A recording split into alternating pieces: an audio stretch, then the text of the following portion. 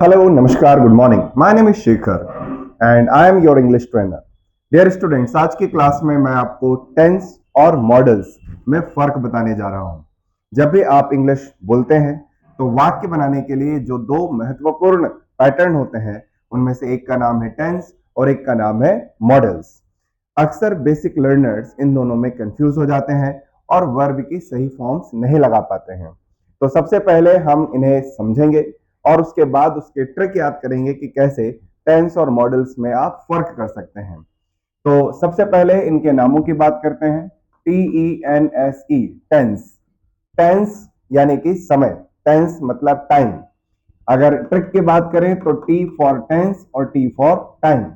जब वाक्य बनाने का ऐसा तरीका हम डिस्कस करें, ऐसा पैटर्न हम सीखें, ऐसा पैटर्न इस्तेमाल करें जिसमें समय की बात हो, जिसमें कोई इमोशन ना हो, जिसमें कोई फीलिंग्स ना हो, जिसमें कोई स्थिति ना बताया जाए, जिसमें केवल यह बताया जाए कि सब काम किस समय में हुआ है।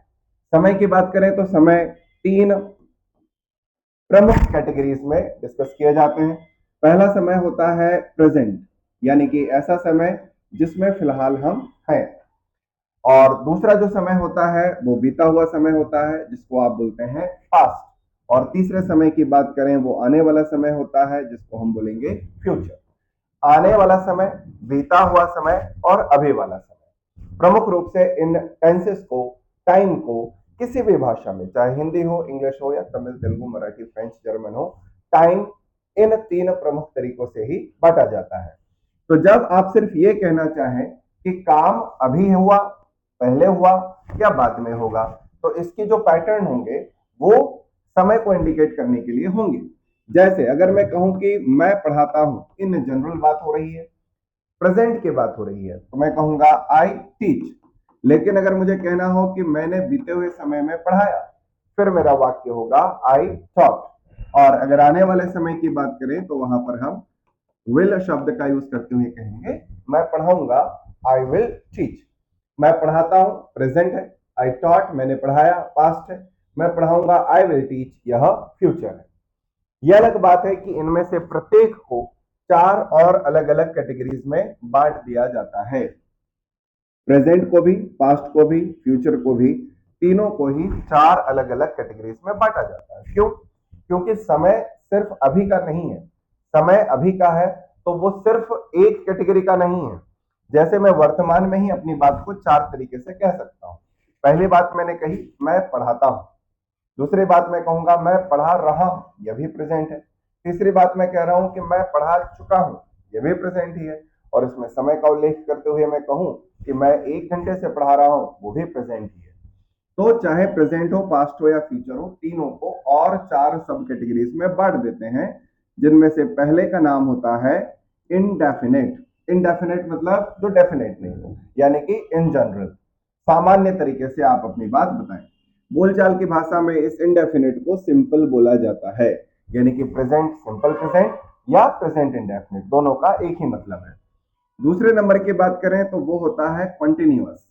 कॉन्टिन्यूअस मतलब जारी है, कॉन्टिन्यूअस मतलब जो निरंतर है। कॉन्टिन्यूअस टेंस वह समय है जिसमें काम की निरंतरता यानी कि कॉन्टिन्यूटी की बात होती है।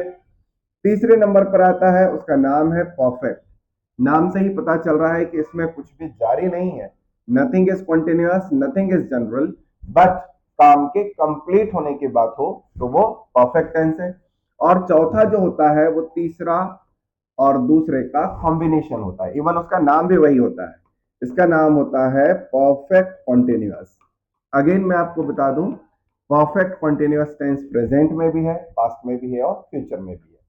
तो 100 बातों की एक बात क्या है कि टाइम की जब बात होती है जिसमें इमोशंस ना हो, जब सिर्फ समय की बात होती है, तो उस पैटर्न को, उस तरीके को टेंस बोला जाता है।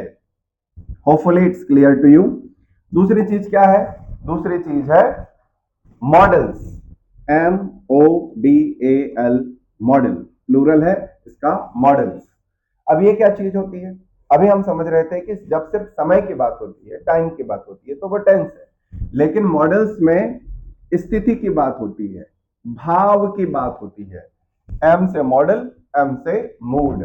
जब आप मूड की बात करते हैं, जब आप ये बताना चाहें कि यहाँ पर हिम्मत की बात है, साहस की बात है, अनुमति की बात है, ब्लेसिंग्स की बात है, जब आप ये बताएं कि यहाँ पर कुछ ऑब्लिगेशंस हैं, कुछ कंपलसरी है, ऐसी कोई फीलिंग्स जिसमें समय प्रभावी ना हो बल्कि उसमें कोई इमोशन प्रभावी हो, ऐसे पैटर्न को हम कहेंगे मॉडल्स।